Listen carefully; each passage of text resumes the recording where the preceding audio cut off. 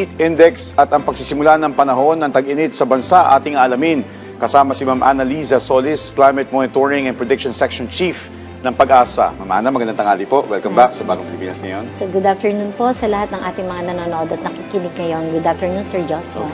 Ma'am, una po sa lahat, masasabi na po ba natin na o ng Pag-asa na tuluyan ng humina ang panahon ng amihan at inaasahan na ang easterly sa bansa? And maaari niyo po bang ipaliwanag kung kailan opisyal na may tuturing na nagsimula na ang panahon ng tag-init? Kasi ito medyo nararamdaman na, sabi nung isang kakilala ko, mainit na yung electric fan dyan. Well, sa ngayon ay nandiyan pa rin yung umiihip na ating hanging amihan. So sa katunayan dun sa extreme northern Luzon, meron pa rin tayong tinatawag na northeast monsoon. Although may yung prevailing wind na rin natin, yung tinatawag na easterlies or hanging silanganin na nagpapainit pa rin ang ating panahon. But then, hindi pa po opisyal na nagtatapos ang amihan. Pero asahan po natin ngayong buwan na ito ng Marso ay anytime po ay idedeklara ng Pag-asa yung pagtatapos ng amihan at yung preparation natin for warm and dry season months. Okay. Kanina off ka, Ma'am Ana, tinatanong ko sa iyo kanina, bakit minsan kahit sobrang init mula maghapon, tapos pagdating ng mga kahapunan, medyo makulimlim? Does that mean meron pa rin mga pagulan? Pwede tayo makaranas ng mga tinatawag nating local thunderstorm activities. So, kapag sinasabi nating local ay localized form na kung saan medyo mas mainit yung ating kalupaan. So, kapag sobrang init, so yung sinasabi nating warm air rises. So, kapag tumaas po yung mainit na hangin, so yan po yung nagsisimula ng mga moisture o yung mga tinatawag nating kaulapan. So, kapag naipon na yan sa bandang hapon, posible na po tayong magkaroon ng mga local thunderstorm activities. So, mga short duration rainfall lang po. Itong short duration rainfall na to, gaano katagal itong pinag-uusapan natin? So, paano mga around 15 to 20 minutes. So, pinakamatagal na kung magkakaroon tayo ng higit na 1 hour na local thunderstorm activities. Okay. At naiulat din po na maaari na magsimula ang Pag-asa sa Daily Heat Index Forecast ngayong Marso. Ano po ang layunin nito at paano po ito makakatulong sa publiko? Well, official na pong nagsimula ang Pag-asa tuwing March 1 po, nagpapalabas na tayo ng heat index. So, ito po ay para itong maging gabay natin, lalong-lalo ng ating mga kababayan, especially yun din pong mga kasama natin sa mga local governments natin, as well as sa DepEd, and dun sa mga MMDA, lalong-lalo na po yung mga nangangailangan ng mga outdoor activities para po magkaroon na po tayo ng pagpaplano kung paano po natin maiiwasan yung mainit na temperatura at mataas na alinsangan na posibleng makaapekto dun sa heat health natin. Okay. In layman's term, Ma'am Ana, pakipaliwanag po, ano po bang kaibahan ng aktual na temperatura at ng heat index at ano po yung mahalagang bantayan ng publiko? Yung heat index o yung temperature? Well, kapag yung temperature, yung mainit lang na temperatura natin, pero ang kailangan bantayan natin is yung combined effect na mainit na temperatura at mataas na alinsangan or yung high relative humidity. Kasi yung sinasabi nating humidity, ito yung nagbibigay sa atin ng dagdag na init or alinsangan. So yung tinatawag nating init factor or feels like. Kasi ito po yung nagbibigay ng paghawak ng maraming moisture ng ating kapaligiran or ng ating atmosphere na kung saan ito po yung nag-i-stay sa atin. But kung mas mainit yung environment kaysa sa ating katawan, hindi po tayo makakapagpatuyo ng pawis. Okay. So, yun po yung mataas ang alinsangan. That is why yun yung kailangan nating bantayan at mataas po yung mga epekto nito, lalong-lalo na po sa ating kalusugan. Okay. So, at this point po sa inyong monitoring, ano-ano po yung mga rehiyon sa bansa ang inaasahan makakaranas ng mas mataas na heat index sa mga susunod na linggo? Well, sa ngayon, may nakikita na tayong mga matataas na mga alinsangan or heat index dyan sa may parte ng Iloilo, dyan sa may mga coastal areas din sa may Palawan, sa Coron, and dito sa may parte ng Negros Island or Negros Occidental. So sa ngayon, dyan pa lang yung mga nakikita natin na mga coastal areas. But then, sa pagdating po or sa official na pagdating ng ating tag-init, mas makakaranas tayo na unti-unting dadami itong mga lugar na ito na mas matataas ang magiging alinsangan or mataas ang heat index, lalong-lalo na po dito sa mainland Luzon area. Okay.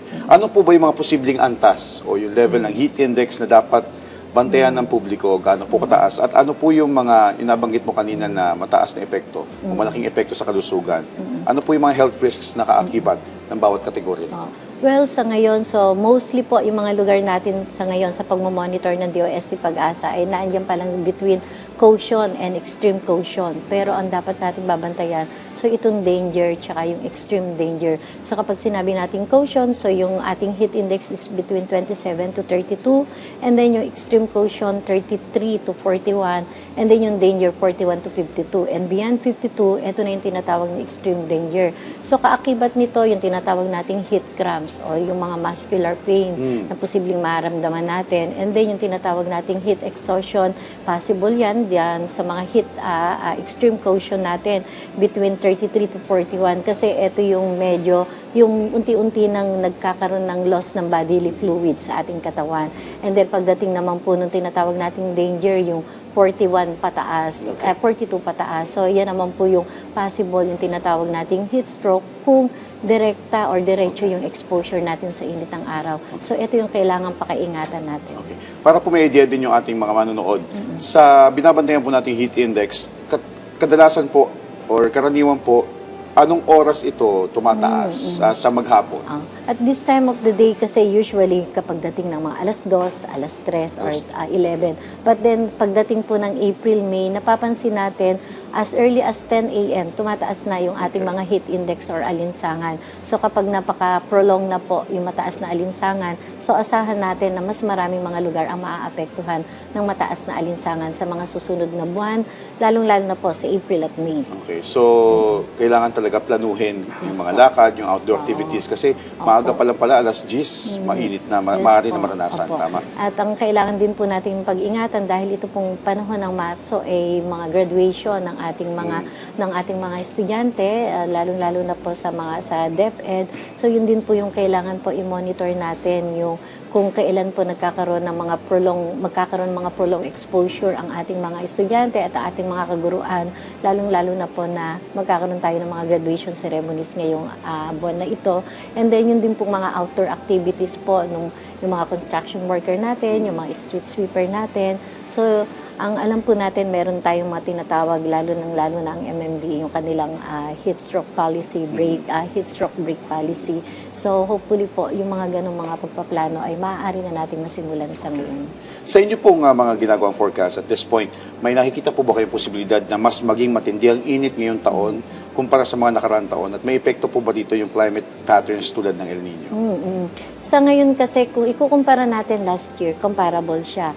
Pero kung ikukumpara natin noong 2024, dahil meron tayong strong El Nino na nakaranas tayo ng mga heat breaking or yung mga extreme heat na maraming mga lugar na na-break yung mga record natin, that was 2024. Hopefully, hindi naman siya ngayong taon na ito dahil umiiral pa rin po yung La Nina, so nakataas pa rin ang ating La Nina advisory. So, anytime din po ay posibleng magtapos ang La Nina.